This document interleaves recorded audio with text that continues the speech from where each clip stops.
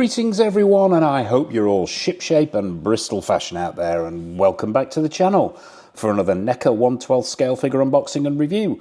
And today we're going to be taking an up-close look at Neca's take on the ultimate nightmare demons which haunt David Kesslers, aka David Norton's dreams, in the 1981 John Landis directed horror movie An American Werewolf in London.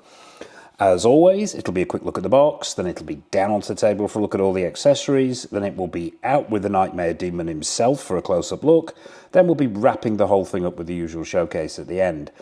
But before that, the usual roundup of shout-outs and background. Firstly, a huge thank you to everyone who has supported the channel and subscribed to the channel. You're amazing. And to all those people watching but not subscribing, shame on you. It's simple, cost and pain free, and you'd be supporting us to keep doing what we're doing here, and hopefully that's a good thing. So just let your finger hit that subscribe button and bask in the warm radiance of self-satisfaction it will bring. So, American Werewolf in London, what can I say, other than it's a bona fide classic. Made in 1981, directed by John Landis, it tells the tale of David and Jack, two American students backpacking across the UK, who have the misfortune to encounter the national animal of England, the werewolf. Great acting, great directing, great soundtrack, moments of humour, moments of horror, and an Academy Award for its practical makeup effects way before CGI came along and ruined the art of the on-screen gag. If you've never seen it, seek it out immediately. It may be 43 years old, but it still stands up today. But that's enough of my lycanthropic ramblings. Onto the box itself. Let's stop it spinning and take a close-up look.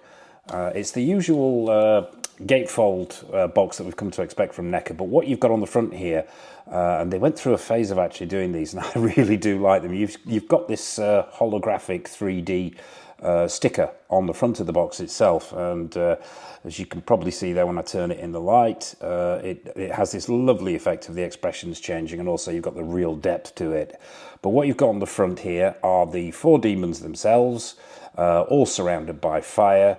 It says An American Werewolf in London at the bottom here, Ultimate Nightmare Demons. On the top, An American Werewolf in London again. It says Neca in the top right-hand corner. You've got the usual warnings there. Don't piss this figure off or you may wake up naked in a zoo. On the right-hand side, you've got some more picture of the figure itself. American Werewolf in London again, Neca again, real toys. Same thing on the other side. Swing it round to the back. What you've got on the back here are shots of all four demons from the film. Now, you'd be forgiven for thinking there's actually four figures here. There aren't four figures. We will get to. What you do have is one figure with four swap-out heads, because the actual demons in Kesslers' dream were pretty much all clothed in exactly the same way.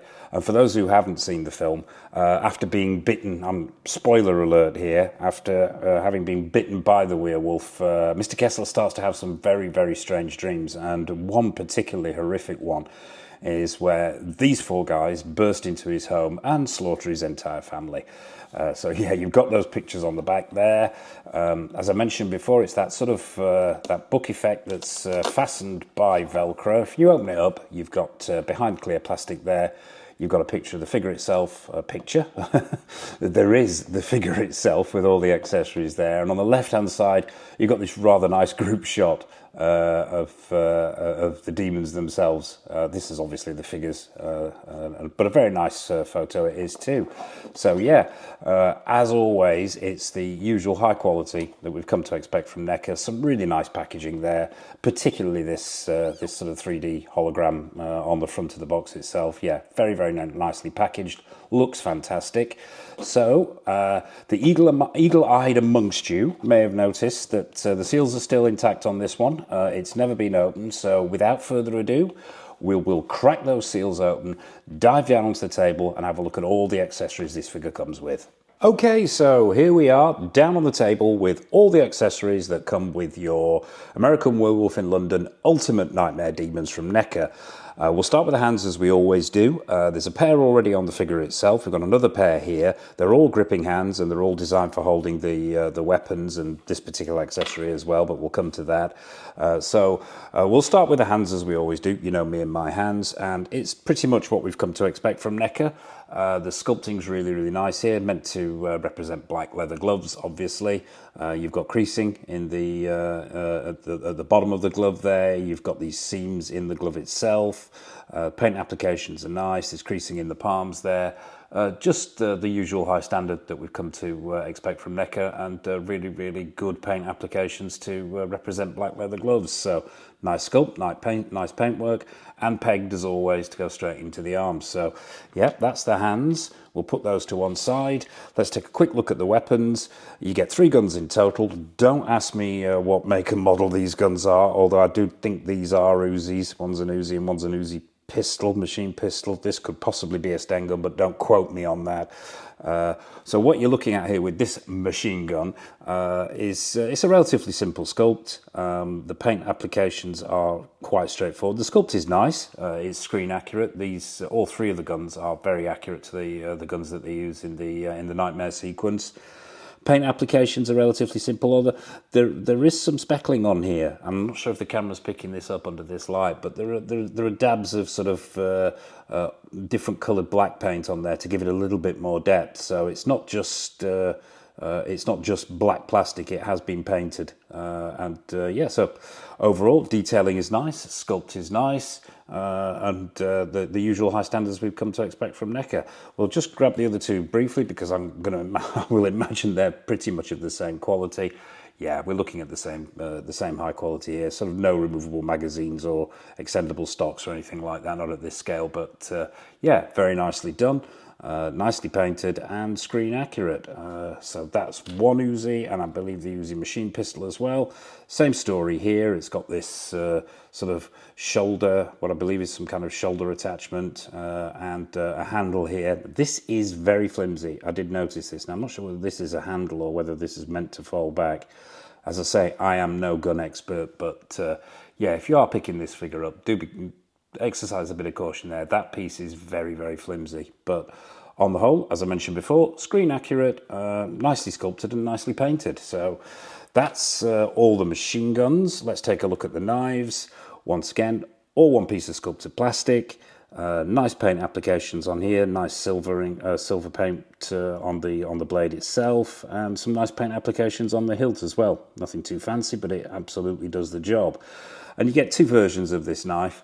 And once again, another spoiler alert. If you haven't seen the film, please turn the sound down now. Obviously, I think this is a before and after that David gets his throat cut, unfortunately.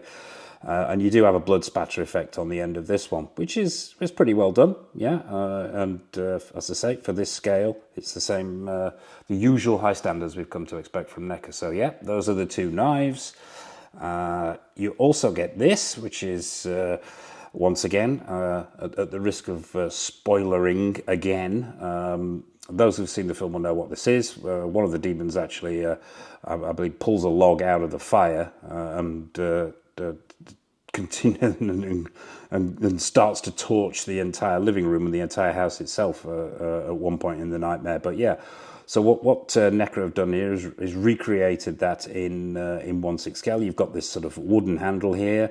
It's all one piece of sculpted plastic, this wooden handle. Nice paint applications on there to replicate wood. There's a number of washes on there. There's sort of a yellowing at the end there. And then you've got this orange plastic section at the top here to replicate flame. Now, people who are not newcomers to Neca will know this kind of thing. This is the usual flame effect that Neca do. I've seen it on lots of their figures, and it's very, very effective and looks very good in the display. You've got sort of orange colours in there, reds as well, some yellows, and it lightens towards the head of the actual torch itself. So yeah, overall, very, very effective. And if you're wanting to replicate that particular scene, that's an option as well. So yeah, that's the torch. And probably most importantly are the 3 swap out heads. Now there's one already on the figure itself. We'll take a look at that when we bring it out. We'll go through them individually. It's, as I mentioned at the top there, if you're a purist and you want to replicate the scene down to the minutiae and the exact detail, the only way you're really going to be able to do that is to get 4 figures, and then you're going to end up with 3 spare heads. But so as an alternative, what Neca have done here is giving you this swap out head option. As we mentioned before, the outfit itself pretty much applies to all 4 of the characters. So yeah, we'll start with this one, get this into camera, into shot, get it to focus. Now, straight away, this sculpt looks screen accurate to me. It really does. Neca don't seem able to drop the ball and never fail to disappoint, I don't think, in their 1/12 accuracy. And just overall sculpting and paint applications are great here. You've got sort of chunks missing out the side of the cheek here. Those teeth are suitably yellowed and browned. There's furrows here in the brows. I'm not sure what you'd call this creature other than a demon, but yeah, the hair's nicely sculpted. You've got the pointy ears on there. There's multiple paint applications on there. The hair is really nicely done. And great to see as well what Neca have done here is they've done a head sculpt that actually changes at the base of the neck rather than at the top of the neck, so you can actually get these individual necklines here rather than just opting for one which might look a bit incongruous on the figure. These two might get away with it, but you most certainly wouldn't with this one. But yeah, so you've got this sculpted neck with the really nice paint applications on there again.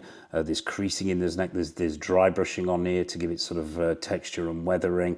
And overall, a cracking head sculpt that, and a really accurate representation of this particular demon. We'll take a look at what we'll call the wolf demon next, which bears more than a passing resemblance to the Kessler wolf. And I can't help but think this may have been a design that they were looking at for the actual full wolf itself, the full Kessler wolf itself, but maybe didn't use. But we'll get this into shot. Colours look right to me. The sculpt is absolutely spot on. Those eyes are nice and glassy. Those teeth and that open mouth are really, really well done for this scale. And you've got these grey flecks in the fur stroke hair. These pointy ears are sticking out, which is once again screen accurate. So yeah, just a very, very well done, very well painted, and very screen accurate. Finally, the bald-headed demon, once again with its own unique neck. This is a particularly gruesome one, I think, but yeah, once again, really, really well sculpted. If you look around the back here, they've even got creasing where the head joins the neck at the back there. But the paint washes are really nice. You've got sort of reds and yellows, almost purple hues around the mouth as well. Those teeth are really, really well done. The creases in the face work really nice. Paint washes spot on. So yeah, screen accuracy's there. The painting's great and the sculpting's great. Once again, Neca flexing and doing what they do best. So yeah, that's your 3 swap out head sculpt. So without further ado, let's bring out the demon himself and take a look at that last head sculpt and the body and all the other stuff as well, and maybe swap out some of those heads to see how this guy looks overall. So yeah, cut to the body. Okay, so here he is, straight out of the box, straight onto the turntable. It's the ultimate nightmare demon himself. And first impressions, well, it's Neca. What can I say? Proportions look spot on. Paint applications look screen accurate. Sculpt looks really, really good. It's just Neca doing what they do. As I say, as far as I'm concerned in the 12 scale world, Neca haven't dropped the ball yet for me anyway. So let's stop him from spinning and have a close-up look. And the eagle-eyed amongst you will have noticed something I forgot to mention actually in the accessories section. It's the usual thing that Neca do. There's an inlay card inside the box itself. This particular inlay card is a scene of the Kessler living room on fire. So if photography is your thing, you've got that backdrop there. You can use it in the display. You can use it for photographs, and just a really nice inclusion. So yeah, the figure itself. Let's take an up close look at him. We'll get him off the turntable and into shot. And yeah, overall, as I say, first impressions are brilliant. The feet are pegged in. There's a sort of split cut boot design going on here, which is nice to see. You've got the usual 2 pegs at the bottom for your 12 scale figure stands. The legs themselves are a hard plastic, and they're painted this sort of, it's coming off more green here than grey, but it's a sort of a greeny grey. Let's put it that way. But yeah, the sculpt's really nice. You've got crease work in the trousers there.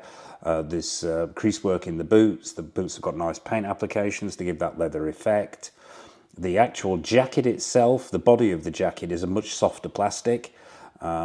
The legs have got the usual range of articulation that you expect with a Neca figure on that ball joint there. There's that lateral movement and front and backwards movement, which is actually aided by the softness of the plastic on this jacket. The sculpting on the jacket is really nice. There are creases in there. Paint applications are good to pick out the pockets and the buttons on the pockets. The belt and the shoulder strap are sculpted in, and once again there are painted buckles on there and some nice detailing, and that soft plastic's continued all the way up to the collar as well. The arms are the same hard plastic as the legs, with the usual joints that we come to expect from Neca, and worth mentioning at this point as well, actually, on the subject of joints, because of the nature of the jacket and the way it falls at the top of the legs there, and the way they've sculpted the creases on the knees here, they've just done a really good job as well, because of the way the boots are designed, of minimising visible joints here. The only ones really visible are the elbow joints, and they've been painted that same sort of greeny grey as the rest of the outfit as well. So yeah, minimum intrusion from ugly joints here. Once again, Neca doing what they do best. So yeah, swap out hands. These are the gripping hands that we mentioned. This is the other head sculpt. Now we'll get this into shot. This is out of the 4, I have to say this is probably my favourite, and I can see why they present the figure in the box with this head sculpt. It's got the military helmet on there, and the paint applications on that helmet are really nice. You've got these black streaks. It's weathered. There are dints and scratches. There are dinks around the edges of the helmet, scratches at the front there. Paint applications really nice to give it that sort of metallic feel.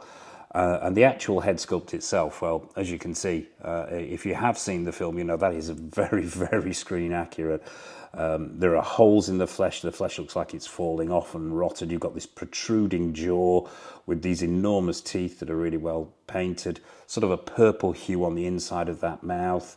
The eyes are really well done. One is smaller than the other. One side of the face is more sort of decayed and rotten. And those paint applications and the detailing and the washing and the dry brushing on that on that face has continued down into the neck area as well.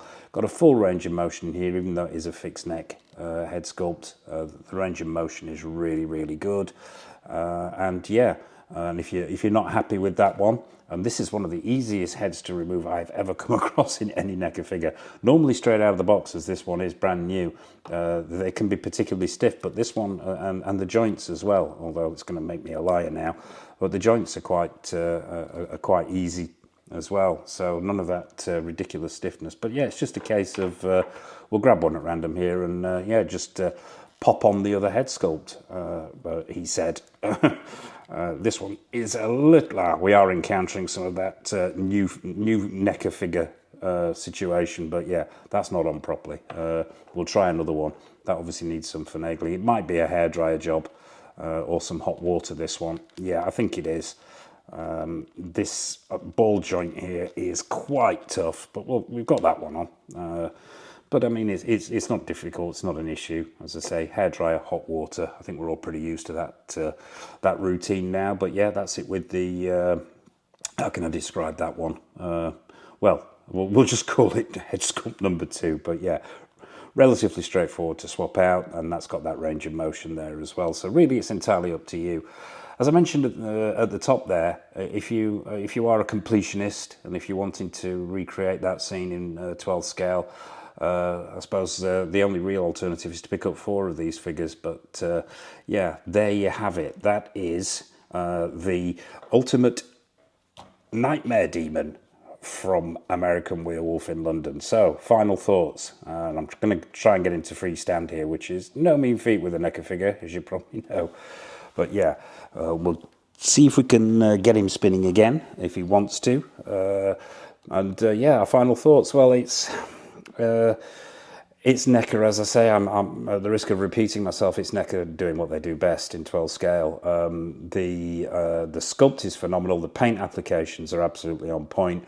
Proportions are nailed on. Screen accuracy is there. Really, I can't fault it. I really can't fault it. And with the Jack and David figures just being announced, and I believe they're on pre-order at the moment and due to land in December. They will be a worthy addition to the growing American Werewolf line, Neca American Werewolf line that I've got here, and we'll be reviewing some more of their American Werewolf stuff as well in the not too distant future. So yeah, there you have it. I hope you've enjoyed this review. I hope it's been useful. What's your take on this figure? Is it something you've got in the collection? Do you collect 1/12 scale figures? Is it something you might consider picking? I'd be fascinated to hear. And also, as I mentioned at the top there, if you haven't seen the film, yeah, really go out your way to seek it out if you haven't, even if it's just for the scene in the slaughtered lamb, or the groundbreaking, the practical effects of Rick Baker and the full body transformation, which was just unheard of in cinema at that time, and even just for Jenny Agutter, but we won't go down that road. So yeah. That wraps it up for this review. What's coming up? Well, in the 12 scale world, as I just mentioned, we're going to be looking at a lot more of the American Werewolf stuff. We're going to be taking a look at the Kessler Wolf and some other bits and pieces. We're also going to be looking at some Neca Predator stuff, some Pan's Labyrinth stuff, Terminator 2, Evil Dead 2. That's all coming up on the channel. In the 1/6 scale world, we've got Caustic Plastics, Horror of Dracula, the Lee and Cushing Deluxe Edition on its way, fingers crossed.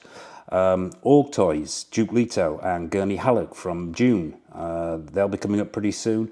Premiere Toys Interstellar figures. Also continuing the 1/6 scale stuff. We've got Mondo's McCready from The Thing. Looking forward to that. Lots of present toys stuff. We've got Ripley from Aliens. We've got Anton Chigurh from No Country for Old Men. We've got Kaneda from Akira, to name but a few. We've got retro reviews coming up as well in the 1/6 scale world. Hot Toys, Battle Damage T800. That's coming up very, very soon. Is it still the daddy? We'll have to find out. Big Chief Studios, James Bond, Sean Connery, Dr. No. That's coming up very soon as well. And in the quarter scale world, probably coming up this weekend, we'll be posting the next one of the pair there of Lee and Cushing, of the Sideshow collectibles, 1/4 scale statues, and the Prime 1 and Blitzway, Paul Atreides as well. That's on its way. So yeah, I'll stop there because the what's coming up section will be longer than the review. But yeah, once again, thank you for watching. And as I say, I hope the review's been useful for you. Please hit that like button, drop a comment in the comment section below, hit that subscribe button and support us in what we're doing here. And I suppose until the next time, all it remains for me to say is, from the ultimate nightmare demon himself, from American Werewolf in London, it's goodbye. Take care of yourselves, and from me, look after yourselves, happy collecting, and it's over to the